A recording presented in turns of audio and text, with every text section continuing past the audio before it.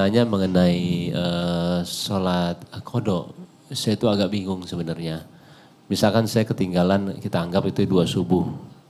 Hari ketiga saya sholat, apakah bisa dikerjain dua-duanya dalam satu waktu? Itu pertama.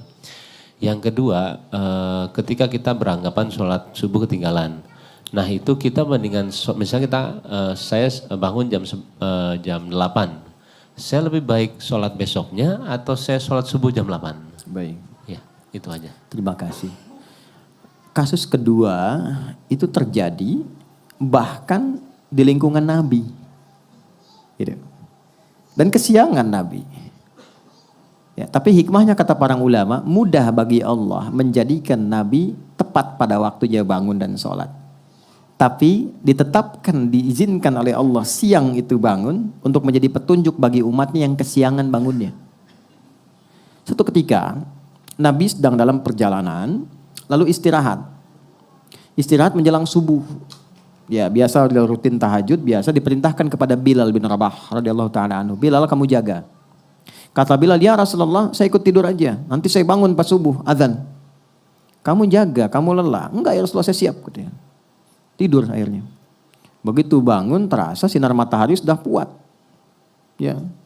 Nabi bangun kan, celaka kamu Bilal katanya. Bilangnya jaga, tapi ketiduran ya kan. Terlambat semua. Tapi kesannya begini, ini yang menarik. Nabi itu gak marah. Cuma mengingatkan.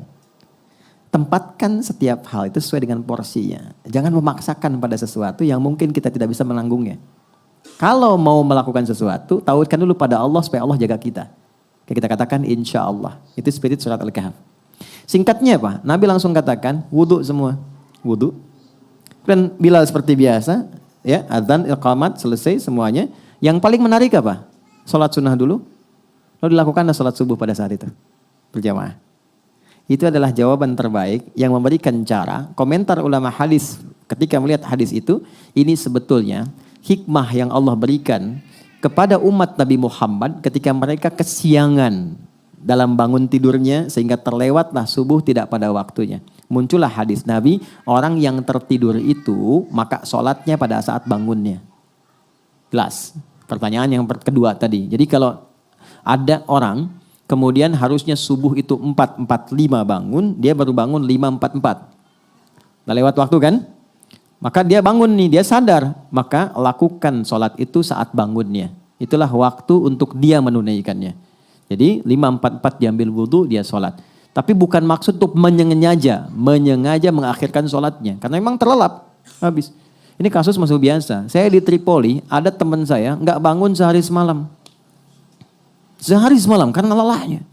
Didorong, digoyang, nggak bangun-bangun. Kita mau jatuhkan dari atas kan nggak mungkin. Ini di level di flat di atas.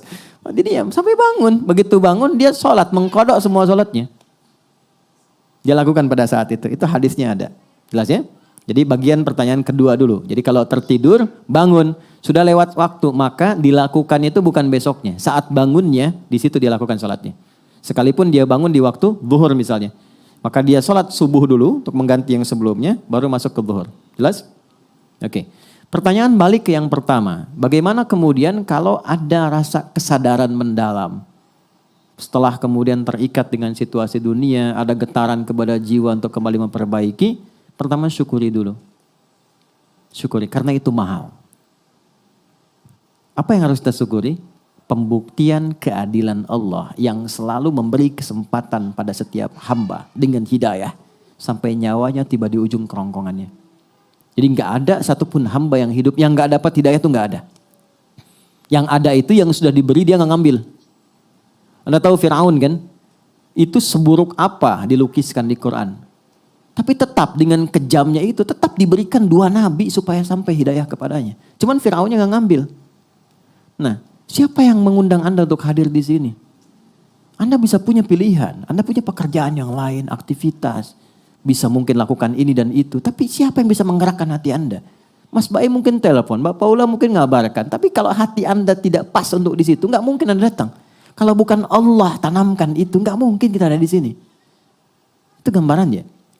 Anda pengen pulang, lewat jalan, kok bisa lewatnya itu di depan masjid. Saat orang-orang ke masjid, mudah bagi Anda mengambil jalan lain. Yang paling ekstrim Anda buka YouTube, kok yang keluar ceramah. Padahal saya pengen nonton A dan B. Kok bisa itu yang keluar? Itu yang dimaksud Quran surah ke-29 di ayat yang terakhir, ayat 69. Walladzina jahadu fina lanahdiyannahum subulana. Orang-orang yang ketika mendapat percikan hidayah dalam dirinya dan dia ambil itu, Allah akan bimbing dia ke jalan berikutnya yang lebih cepat. Dan bukan sekedar dibimbing, ini saya penting terangkan ini dulu. Itu cinta Allah diturunkan. Jadi Allah itu paling cinta. Kalau ada hamba salah yang sadar dari kesalahannya, lantas dia meniti jalan kesolehan untuk bisa menutup salahnya. Itu langsung turun ayat Quran surah kedua ayat 222. Innallaha yuhibbut tawwabin. Allah sangat cinta jika ada hamba yang belajar dari salah untuk menjadi soleh. Disinilah muncul kalimat bijak dari ulama, Allah lebih mencintai orang salah, ya, pelaku maksiat yang gemar bertobat dibandingkan orang soleh yang tidak pernah merasa salah. Nah, maka di titik itu penting kita menata. Apa nih salahnya? Tadi sholat. Oke, kita merasa sholat banyak tertinggal. Sekarang pengen kembali, pengen ditutup. Bagaimana caranya? Ulama ngasih solusi. Maka dikiaskan, dianalogikan dengan orang tidur tadi. Tapi udah panjang, walaupun bukan Ashabul Kahfi. Maka bagaimana caranya? Dekatkan pada waktu-waktunya. Ini rumusnya, nomor telepon menuju kepada Allah 24434. Subuh, duhur, asar, maghrib, isya. Oke? Saya nggak tahu udah terlewat berapa lama dulu. Sulit menghitungnya. Gampangnya gini, subuh begitu sudah dikerjakan, niatkan qadha, berikutnya sholat lagi, niatkan untuk yang sebelumnya. Jelas? Dekatkan dengan waktunya. Itu untuk pertanyaan yang pertama tadi. Sholat dulu sesuai dengan waktu 2 rakaat. Setelah itu bangkit sholat lagi 2 rakaat untuk nutup yang sebelumnya. Dah. Zuhur 4 rakaat, sholat. Setelah itu dekatkan untuk nutup yang sebelumnya. Jelas? Baik. Kapan ini dikerjakan? Sederhananya yang gampang. Kalau kita sedang dalam suasana jamaah, supaya tidak menarik perhatian dan salah persepsi, salah duga, dan timbul hal yang baru yang tidak seharusnya muncul, 2 caranya. 1, ketika adzan berkumandang kan ada space sholat sunnah kan? Kerjakan sholat sunnahnya, yang pertamanya kerjakan, kemudian di situ kita bisa niatkan untuk menutup yang sebelumnya. Baru ikut jamaah. Atau ikut jamaah di sini, ketika pulang dari rumah sholat lagi untuk tutup yang sebelumnya. Dan orang rumah, kalau Anda salah satu di rumah yang mengerjakan itu, dan dia memang menjelaskan untuk menutup yang lama, banggalah. Jangan eksplorasi kekurangannya. Tapi berbahagialah karena Allah sedang merubah jalan hidup di keluarga itu menjadi lebih baik. Ya, jadi ketika Allah sudah kirimkan dia untuk menutup yang lalu, Anda tidak ditugaskan untuk mengoreknya kembali. Jangan gali, jangan sudutkan, tapi motivasikan. Alhamdulillah Pak, kalau perlu jamaah aja, Bapak depan aku di belakang. Supaya sholatnya bernilai misalnya, nggak apa-apa. Jelas? Oh kamu ketinggalan juga? Enggak, buat support kamu aja. Itu biasa dunia. Duhur begitu. Ya, asar begitu. Maghrib begitu konsepnya. Dikerjakan dulu yang sekarang waktunya. Setelah itu niatkan, sholat lagi, niatkan untuk menutup yang sebelumnya. Yang Allah lihat bukan berapa jumlah untuk menutup yang lainnya. Tapi yang Allah lihat kesungguhan kita untuk berubah. Itu kata para ulama. Ya, ada imam berpendapat bahwa ya kalau sudah lupa berapa, itu kita nggak perlu mengkodok kembali.